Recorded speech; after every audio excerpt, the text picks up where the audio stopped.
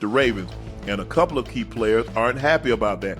Denzel Ward said, it's definitely disrespect, but we just have to go in there and take care of business regardless of the people may think of who they've got winning or losing the game. Right. We have to go in there and try to beat the odds. They put us against the odds. We've got to go in there and try to beat it. Said Judy, that's disrespectful. But at the end of the day, if they think Baltimore can beat us like that, we're going to have to prove another thing. We've got to do our job to the best and win the game. The Vegas, damn, 11 and a half? Yeah, that's crazy. That's crazy. Because that's a division opponent also, Ocho. Yeah. I think it's going to be a close game, similar to that as the Bengals and the Browns, and the personnel. The Browns have the personnel to deal with Derrick Henry. The Browns have the personnel to deal with Derrick Henry and stack 9 in the goddamn box. They're going to play bumper on the outside, and the one player I see that the Browns have to deal with, they got to deal with Zay Flowers, who's probably going to have the one-on-one matchup, because they're not letting Derrick Henry run the ball. That's not happening. Somebody else is going to beat us. It ain't going to be 22, and it ain't going to be 8 legs. It's going to have to be Zay. He's going to have to get juicy. And I guarantee you, when they do play, chat, mark my words, if the Ravens are going to have success, it's not going to be the run game. It's going to be Lamar Jackson being able to get the one-on-one matchup with Zay Flowers and him winning on those same routes. The overs, the short overs, the deep overs. I guarantee you, watch. I'm telling you how it's going to play out. Yeah, I look. I guess because now Ocho is the media, but I never knew how much we were or were not favored by. I mean, the only time that like at the Super Bowl, we were 11.5 point dogs to the Green Bay Packers, but that's because the NFC had won like 13, 14 straight Super Bowls, right? And it hadn't been close. The last close Super Bowl was 90. Prior to that, there was never a close Super Bowl. You go back and look at the 80s, from when the Bears, look at what the Bears did to the Patriots. Look at what the Giants did to the Broncos. Look at what Washington did to the Broncos. Now, you did get a close game in 88 with the 49ers and your Bengals. Right. That was a 2016 game. Yeah, and then you got that. But go back and look at 89, 55-10. You got another close game, 2019. But after that, NFC just walked it. But the NFC was winning every single year. Yeah. My point was, And the Packers had just won the previous year, and they was bringing back the MVP. He and Barry Sanders had tied for the MVP. So I get it. But we know they wasn't better than us. No. They hadn't seen nobody run the ball like this. The 49ers have been bitten by the injury bug earlier this year. George Kittle placed on injury reserve this week between two rivals. Judy was asked by reporters, what challenges do the Ravens secondary present? Judy responded, no challenges. Absolutely none. That's what you're supposed to say. What you expect them to say? Hey, I got a question for you. And everybody, I know it's early. We just started the show. Do me a favor. Do a background check. Where in Jerry Judy from, huh? He's from the bottom. Listen, all the challenges we had, it started when we was kids. We was in junior high. Our circumstances, our upbringing. We done made it to the NFL now. Ain't no challenges. We go out there and do what we always do. We play ball, we play football. And based on what we saw from the back end of what the Ravens have to offer, it ain't no challenges. Thank you. You took the words right out of my mouth, Ocho. They did give up 394 passing yards. They gave up damn near 250 in the fourth quarter alone. So what challenges do he see? Talk to me nice. Come on now.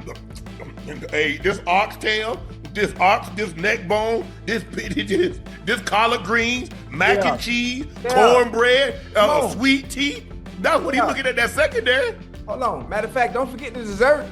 Oh, yeah. What you want, banana pudding? Sweet potato pie? Man, ain't nothing. I'm going to tell you, and listen, I know the game of football. I'm not a genius. I can't predict the future. But I know one thing that the Cleveland Browns do very well is they stop the run very well. They have a phenomenal front four. So I don't see Derrick Henry, being able to do some of the things that he's done on most teams because the personnel, the Cleveland Browns are built to stop the run. Jerry Judy gonna have a day, huh?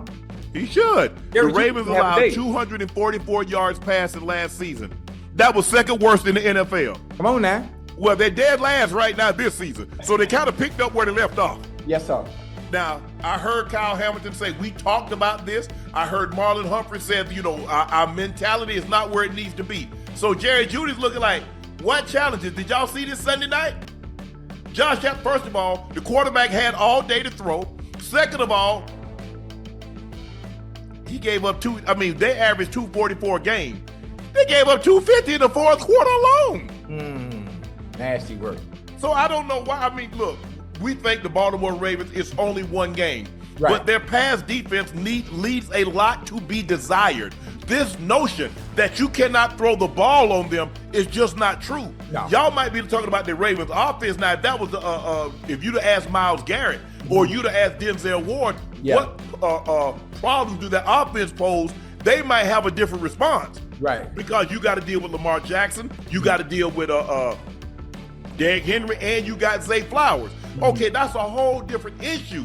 But defensively, the Baltimore, that's not the 2000 Ravens. That's not Rod Wilson. That's not Ray Lewis. That's not Saragusa, rest his soul. That's not Big Sam, Rob Burnett, Peter Bowyer. That's not Mike McQuarrie. That's not them. Matter of fact, they haven't been there for a while. Their identity is not even on the defensive side of the ball anymore. Now they have some good players. Yes. Players that make really good plays at times, but the identity for the Baltimore Ravens is now shifted to the offense. Correct. That running back, that quarterback, that special quarterback that they do have. Yes. And Jerry Jeudy said exactly what he's supposed to say. What you want him to say? Oh, yes, they pose a challenge. No, absolutely not. He's not a quarterback. Jerry Jeudy is not a quarterback. He's not going to say all the right things.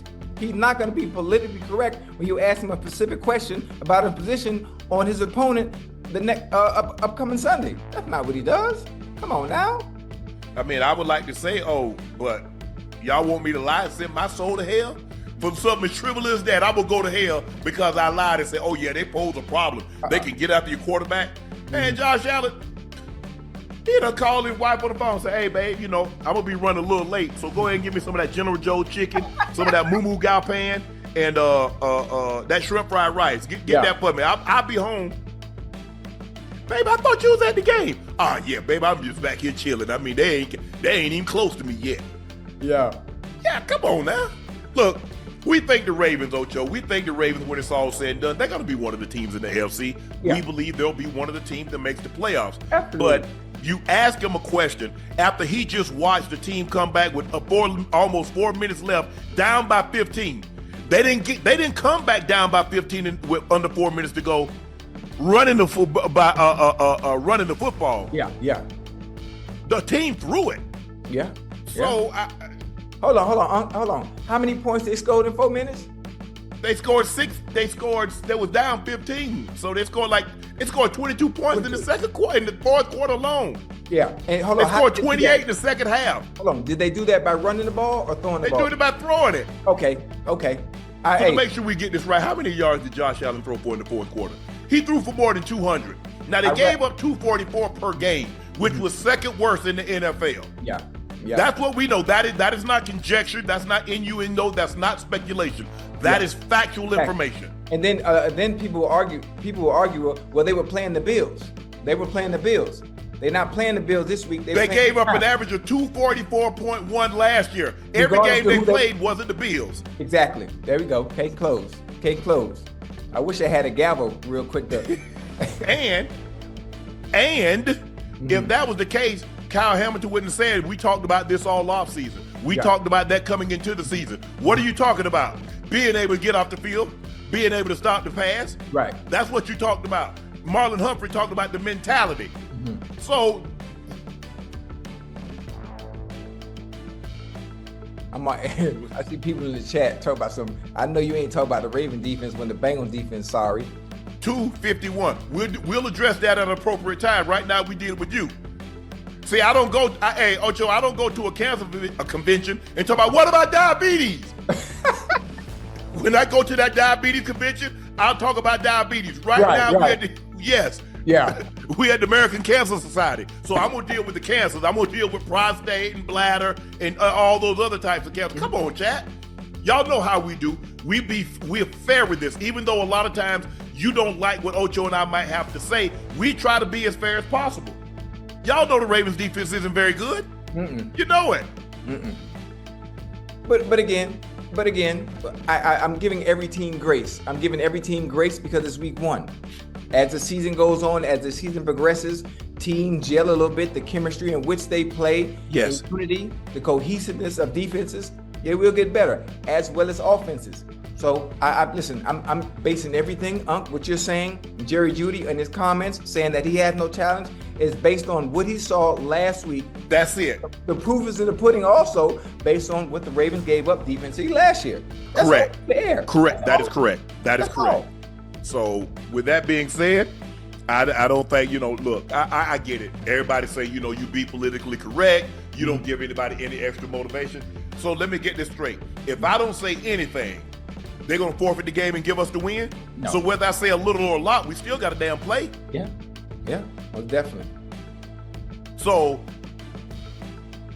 Jerry Jeudy, now he just goes out there, does what he does, but they need to generate more pressure than what they generated on Josh Allen. Now it's different, maybe because you're scared because if you run past Josh Allen, he gonna jump out the window. He gone at the back door. Yeah, you're not worried about that with Joe Flacco. So there's a good chance they'll probably bring more pressure on Flacco than they would with Josh Allen because you don't want to run the risk of Josh Allen, putting on his high stepping shoes and getting up out of there on you. Yes, sir. So I think that's more, they pose two different types of situations. It's the same way with Lamar.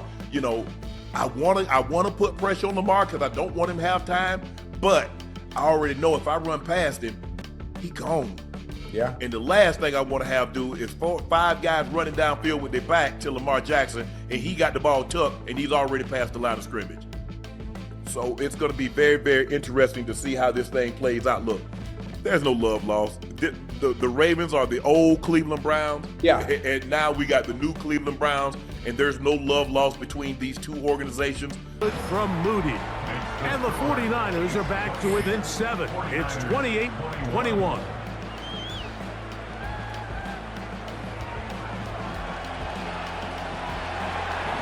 So, following that touchdown, Moody is back out to kick it off.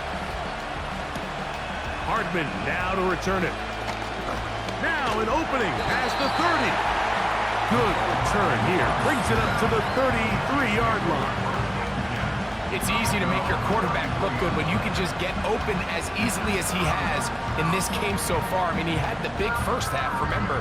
But here in the second half, he just continues to add to these numbers here in the third quarter.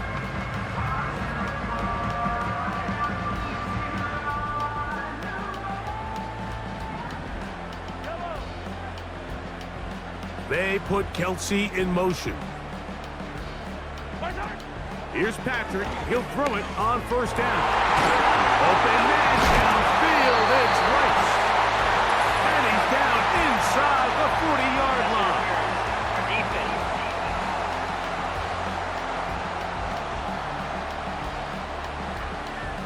Automatic first down.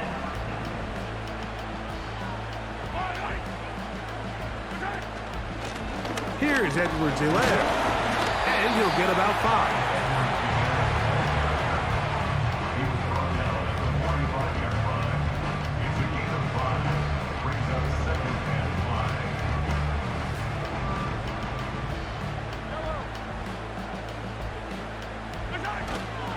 Off the play fake, here's Mahomes. That's over the middle and intercepted. That's the linebacker, Fred Warner. Mike, I like the mindset of this offensive coordinator. He's saying, listen, I'm not looking to preserve this lead. I'm looking to extend my lead. Now, that aggressive play calling in this case led to the turnover. Now your defense has to take the field. Can they bail you out and keep this lead unchanged prior to their next possession? Brock Purdy and the NFC champs back out to begin this next drive. And we show you some of the highlights, and there have been plenty to choose from. 3 touchdown passes and some other big-time throws as well. Certainly dialed in and on top of his game right throughout this one. 1st and 10 now from the 36.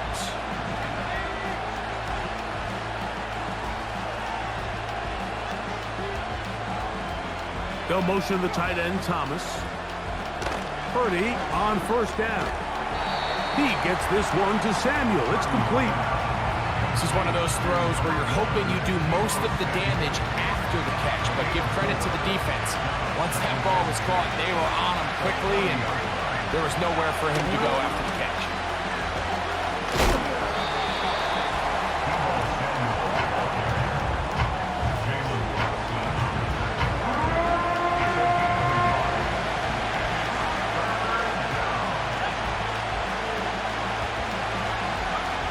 Third down, Purdy. They'll be forced to just throw that one away. It's incomplete. For the most part, he's been very accurate with the ball. He's completing over 60% of his passes, but because they haven't been able to get any big explosive plays, continue to push the ball downfield, hasn't really translated on the scoreboard just yet.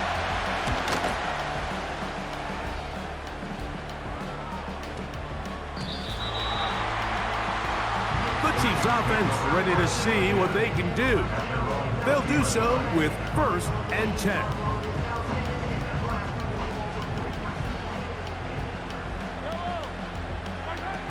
Throwing from the gun. Here's Patrick. A lot of chances on that one. It was bouncing around, but it falls incomplete.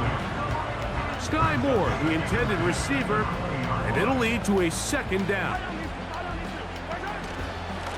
They'll run it straight ahead with Pacheco. And he's taken down, but not until he gets to the 32-yard line. A pickup of 12 yards. 1st down, KC. So as we take a look at the box score, Mike, you realize here, they got the lead. We're in the 2nd half, but they don't have a lot of rush yards. It's because they use the passing game to score points and establish the lead. Now, how we judge their run game is from here to the end of the game. Can they pile up yards now in the 2nd half and close this game out? Nice chunk here in this good-looking drive. Pickup of 14 and a 1st down. Well, so far here today, putting points on the board certainly hasn't been a problem, and plays like that are why. Think about it, Mike. Sometimes you just have to take what the defense gives you and not force something that's not there, and that mid-range pass results in a fresh set of downs. That's going to be pulled in by Brown. And he will score again. Hollywood Brown. Touchdown, Chiefs. That is his 3rd touchdown of the afternoon. A beautiful combination in the air there. The pass downfield and bringing it the rest of the way into the end zone for the touchdown. And it's really just a great route, Mike, and then a beautiful throw. The accuracy of the throw is what allowed the receiver not only to secure the catch, but then be able to turn it up and finish the play and find himself in the end zone.